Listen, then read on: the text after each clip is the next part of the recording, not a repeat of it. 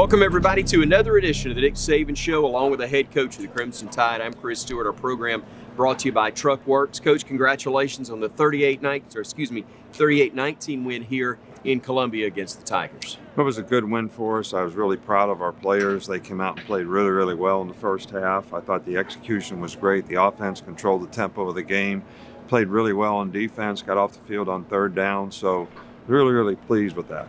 But I wasn't really pleased with how we finished the game. You know, we kind of lost our intensity, got sloppy.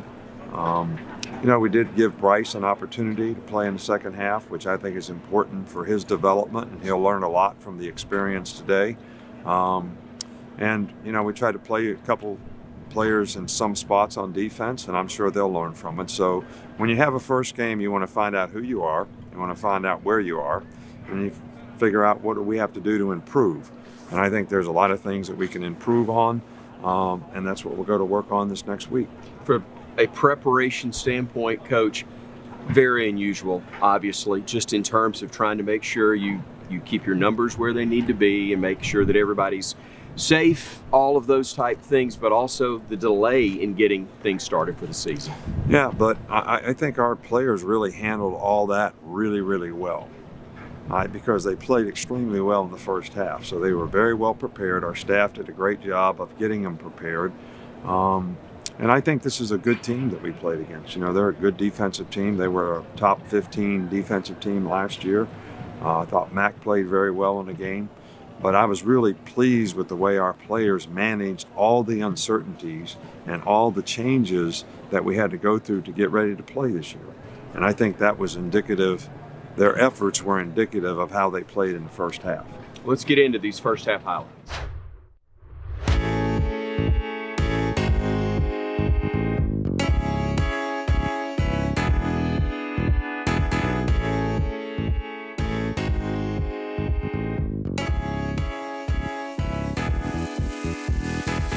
Robinson, the quarterback, has a running back to his right.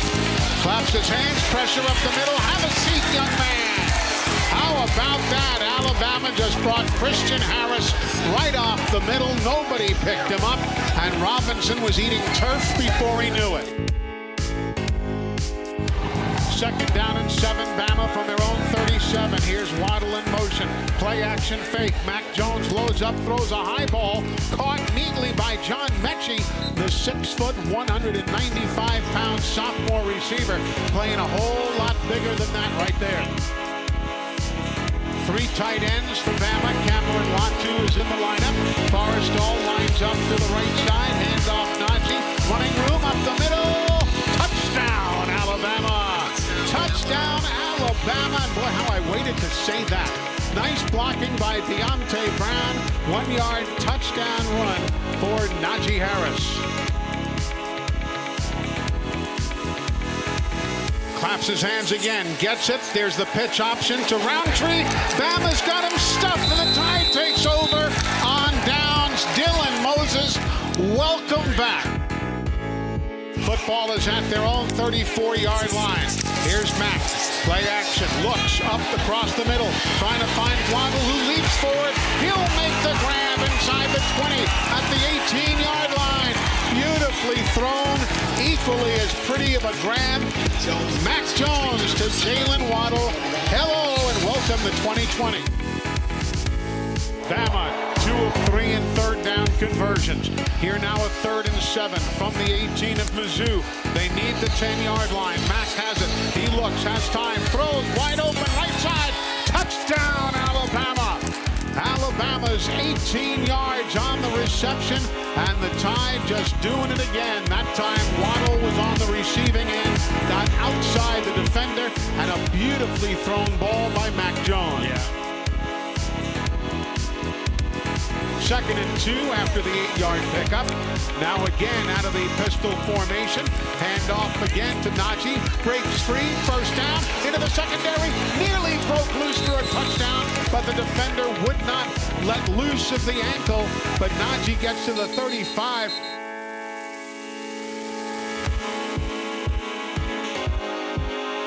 23-yard pickup. Now Mack again, quickly right side, throws, finds Forrestall, the tight end. He'll bounce off the defender. and tippy toes down the right sideline before he steps out at about the 12-yard line. Big bodies come in for Alabama. Byron Young is in. Couple extra tight ends. Give to Najee. Right, left, up the middle. Touchdown, Alabama. 1 yard touchdown run for Najee Harris.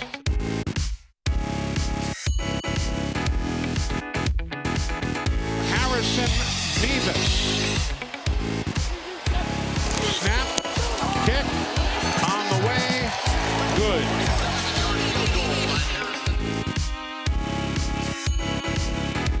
So now a 3rd and 6 from the 23. Najee Harris is in.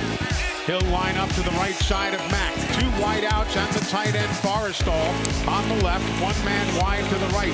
Here's Mack, has time, looks for Waddle behind the defense. He'll haul it in. Touchdown, Alabama.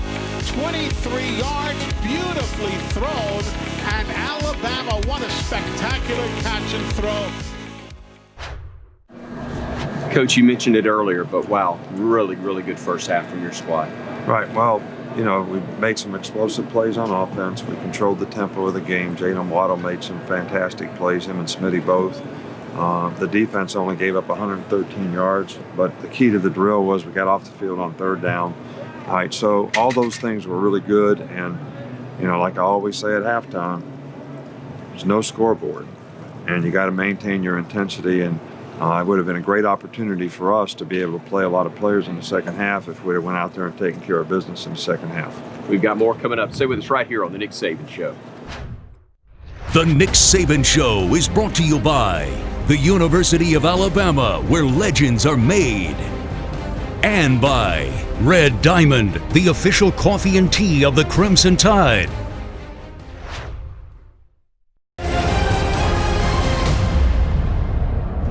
Coach, you've already covered, we know what the message is at halftime, but what specifically were you looking for in the 3rd quarter from your team? Well, I wanted to go out there and reestablish the tempo of the game. That's what you always want to do when you come out in the second half. I think we stopped. They got the ball first. We stopped in the first drive, and then, you know, reestablish the intensity and momentum of the game on offense. I mean, that's where you really have a chance to control, you know, the tempo of the game. And we just got sloppy. I mean, so even though we moved the ball and scored another time, we just got sloppy. Maybe we got a little bit tired, too. I don't know. But it would have been a great opportunity for us to play a lot of other players, which would have been good for the development of our team if we'd have taken care of business a little bit better. Let's get into those second half highlights.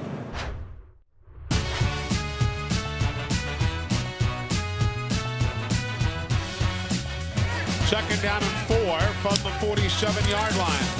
Oh, here comes a hard hit. Ball is loose. Bama scrambles forward, and the Tide's got it. The Tide's got it at the 37-yard line. Hard hitting Deontay Smith was there on the bad pitch. He reached for it. The ball bounced around, and Bama covered it. Najee to the right of his quarterback. Forrestall now comes in motion to the slot right. They check the sidelines.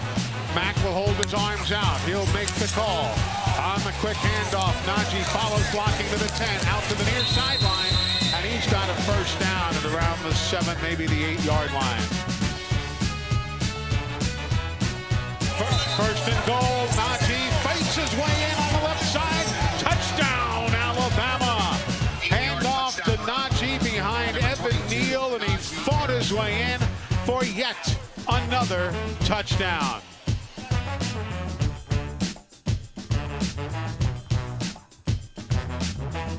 "37-yard field goal try. Kick is on the way. It is up, and it is good. So a 37-yard field goal by Harrison Nevis. Bryce Young in at quarterback. He'll backpedal off the near hash mark. Looks and throws long. Caught far side. John Mechie on the money. My goodness, that was a laser shot. Accuracy, right? Here now is a 3rd and 19. Bryce under pressure, gets hit, fumbles the ball, picked up by Nick Bolton. He'll run it up the near side to the 44-yard line, and a turnover against the Crimson Tide. Daniel Wright's out there. He's played much of the evening. Here now the quarterback loads up. Robinson does. Wide open, left side. Bama lost a man. Catch is made down the near sideline. Touchdown. Touchdown of 54 yards to Tyler Beatty out of the backfield.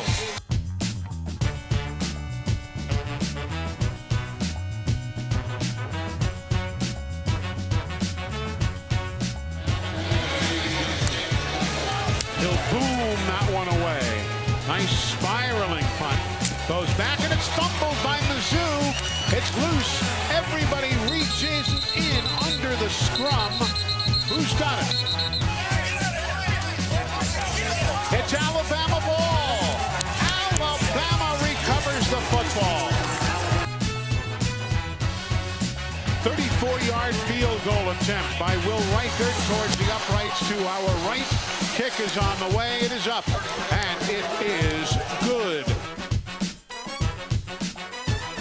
4 seconds to go in the game. Running back to the left of the quarterback. Jay Slack calls it. Sees running room. He's going to take it himself, and he'll run it in as the clock hits zeros for a 7-yard touchdown. 7-yard touchdown run for Connor Baselak. That is the end of the game.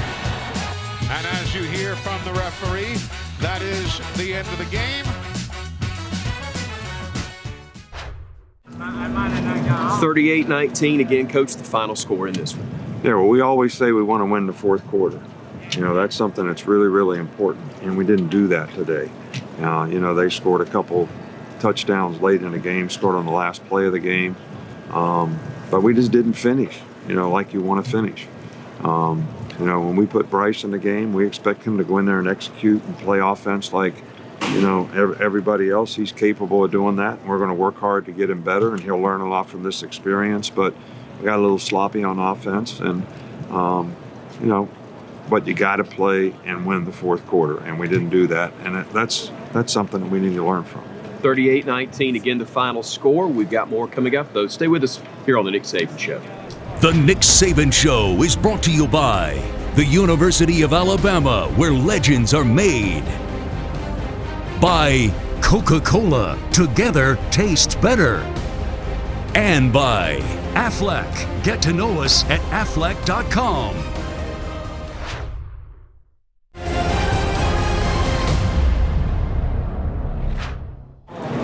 Coach, where was the turning point in the win today? Well, I think the second score, I think, you know, Mac made a great throw to Jalen Waddle, and that got us up 2 scores, 14-0. And then we kind of rolled from there, you know, the rest of the half. But I think that gave us a lot of confidence and a lot of momentum. Jeff Allen's been an important part of your staff for a long time, Coach, but never more so than he has been in these last few amazing months as the Associate Athletic Director for Sports Medicine. You know, Jeff Allen does a fantastic job for us. I think the most important thing that any medical staff can do is have the trust of the players. And I think our players totally emphatically, you know, trust Jeff. He's done a phenomenal job with his staff over all this COVID stuff, all the testing we've had to do. And people don't really understand that you have to develop the resources to be able to do what we've done with our players to make them feel safe by having enough foresight to get it all done in the beginning. And he did a great job of that. So, man, I tell you, he might be the most important person in our organization. Let's go Mercedes-Benz All Access with Jeff Allen. Jeff Allen, Associate Athletic Director for Sports Medicine and Head Athletic Trainer for Football. It's all about relationships. It's all about developing relationships with the players so that they trust you. So that when they go through a difficult situation, no matter what it is, whether it's a personal life situation or it's an injury, you know, that they're going to trust you and they're going to let you help them. So we are so excited about the changes and the monumental, really, renovations that we've done to the Malmore Complex to better serve all of our student athletes. This is something that's going to be used across the board with every sport, from an athletic training standpoint and what we're able to do with injury treatment and rehabilitation, to the Sports Science Center, where we'll have a ton of recovery options and different areas there that are going to help our athletes be at their best each week. And then also in the Sports Science Center, a behavioral health area for our psychiatrists, psychologists, and counselors to work in. We are so excited about this area and about this facility. It just speaks to the commitment of our administration to the welfare of our student athletes.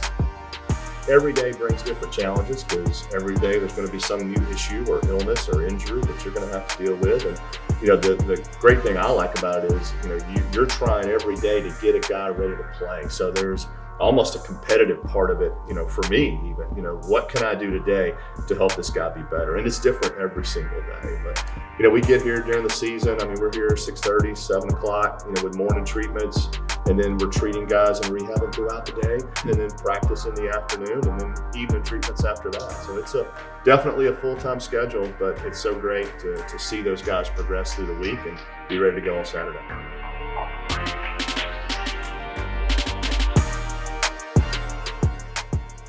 The Nick Saban Show is brought to you by the University of Alabama, where legends are made.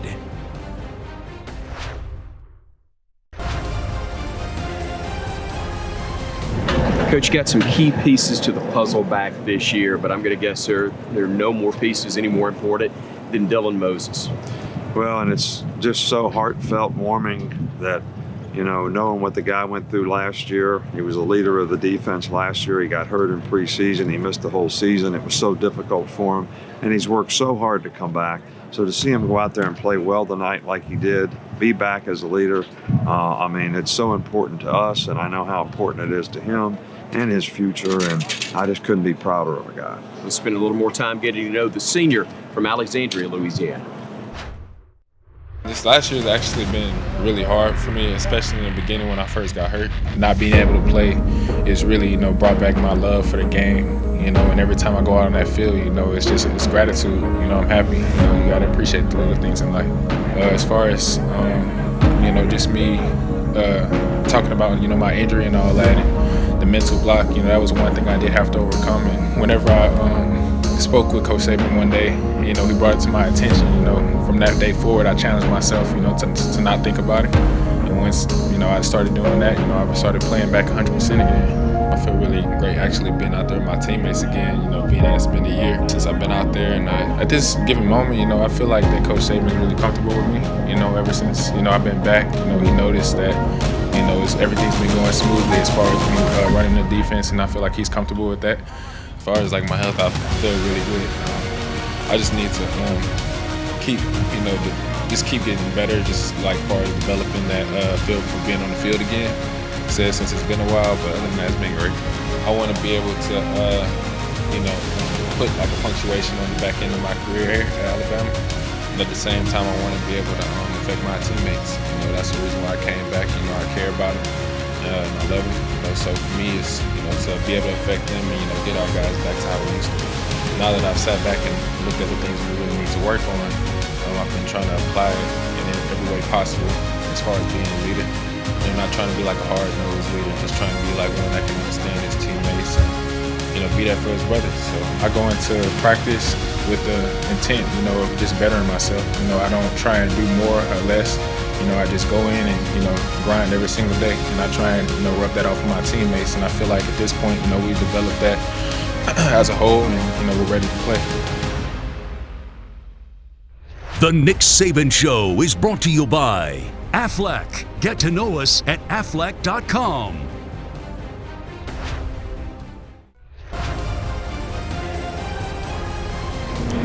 Coach, what's next, thankfully, is back home in Texas A&M. Yeah, we're looking forward to playing at home. I know we'll have a limited crowd and all that, but we've got great fans. We get great support.